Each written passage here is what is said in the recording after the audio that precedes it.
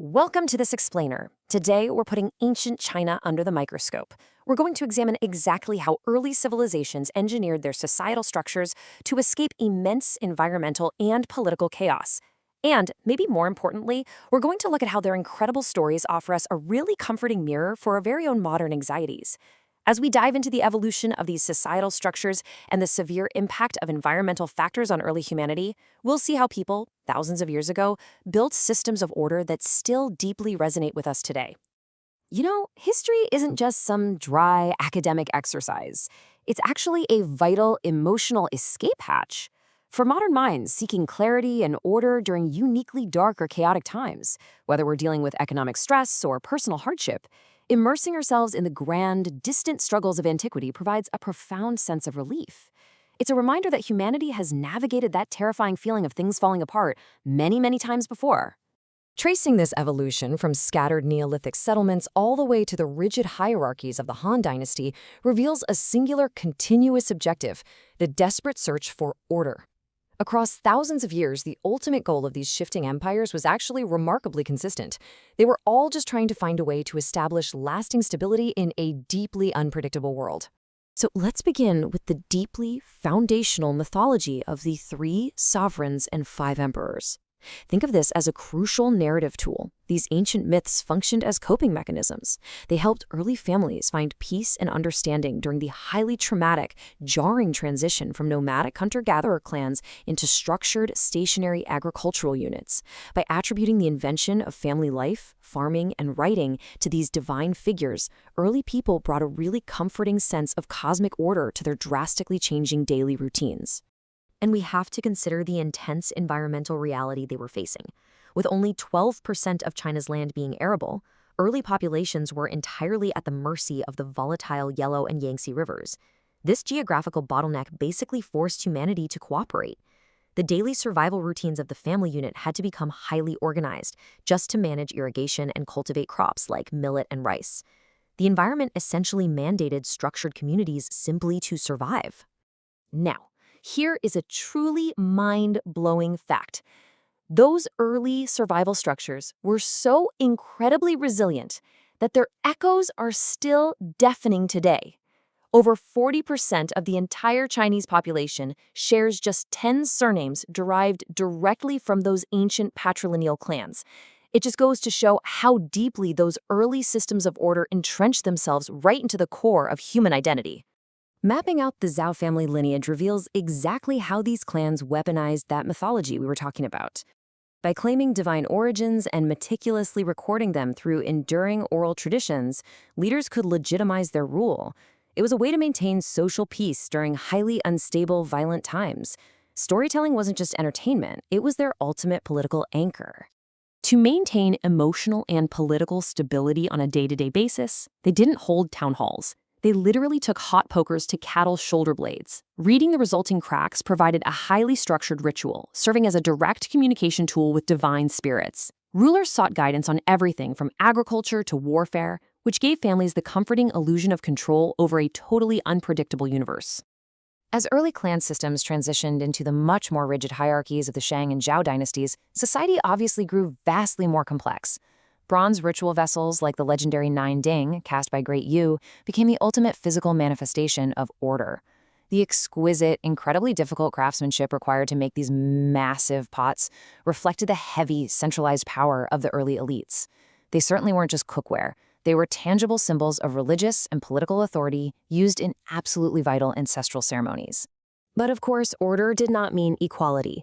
The luxurious, protected lives of the elite aristocrats stand in stark, brutal contrast to the grueling daily lives of the common peasant farmers. While the elites wore fine silks and literally grew their fingernails incredibly long to physically prove they never had to perform manual labor, the peasants wore coarse hemp, lived in mud homes, and broke their backs working the fields. This stark hierarchy was the absolute bedrock of their societal order. Absolute power, however, always requires justification. When the Shang rulers eventually became corrupt, the incoming Zhou dynasty justified their aggressive takeover by introducing the Mandate of Heaven. Think of this as a proto-constitution demanding conditional power. It dictated that a ruler's legitimacy was entirely contingent upon their moral virtue. If the king failed to protect the people from chaos or famine, heaven would revoke its mandate, providing a very convenient moral justification for a shift in dynastic political power. When we actually crunch the numbers on the scattered Zhou epics, it reveals their true priorities. With sacrificial rites making up over a third of the events in these oral traditions, we see a warlike, agricultural society deeply reliant on formal rituals. They utilize these shared stories to preserve their cultural identity across generations, building a cohesive, resilient society right out of the chaos of warfare. As centuries passed, the Zhou dynasty decentralized, plunging China into the horrific violence of the Warring States period. In response to this immense societal trauma, the philosophy of Confucianism emerged as a desperate, calculated antidote. Confucius attempted to cure the chaos by instituting strict ethical family roles, filial piety, and a merit-based approach to governance. He genuinely believed that personal moral cultivation and a strict respect for hierarchy were the only possible ways to achieve stable, benevolent rule. But let's be real, humans also need an emotional release. While Confucianism demanded rigid adherence to duty and hierarchy, Taoist philosophies offered a beautiful, spiritual counterpoint. Taoism emphasized spontaneous harmony with nature, or the way. It allowed individuals to find internal peace and accept their place in the chaos, providing a totally necessary mental break from the daily grind of those strict societal expectations. We see these competing ideologies violently clash when we contrast the brutal systems of the Qin dynasty with the subsequent Han dynasty. The first emperor's Qin dynasty relied on legalism, enforcing order through strict laws, severe punishments, and actively breaking down family loyalties to empower the state alone. It was just too harsh to last. The later Han dynasty found groundbreaking success by relying on state Confucianism, ruling via moral virtue and rewarding merit through a highly effective civil service examination system. Meanwhile, the daily life of the peasant was fundamentally changing. Compared to the basic bone and stone tools of the Shang era, Han Dynasty iron plows and the well-field system completely revolutionized farming efficiency. By allowing peasants to work communal plots for aristocratic landlords while keeping the yields of their own private outer plots, these technological and structural advancements deeply impacted daily survival, sparking massive population growth and huge economic shifts.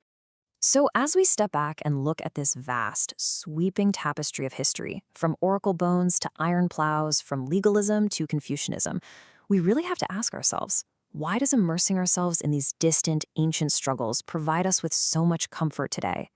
Why do millions of us consume history explainers and documentaries about the collapse of the Zhao or the rise of the Han?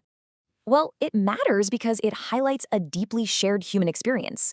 The ancient Chinese reliance on ancestral rituals provided emotional stability for families, reflecting the exact same universal human need for comfort that we seek today. While we aren't casting heavy bronze vessels to appease spirits, we do the exact same thing when we trace our genealogy or tell family stories to honor our heritage. We're just looking for a grounding sense of identity in a rapidly changing, often confusing world. By viewing history through this lens, we can extract some highly practical takeaways on human endurance. We learn to establish personal order through our own daily routines. We learn to balance our societal ambitions with an acceptance of the natural flow of life. And most importantly, we realize that the feeling of chaos is a timeless historical constant. The human search for meaning hasn't changed at all. We just have different tools now. I'll leave you with this final thought.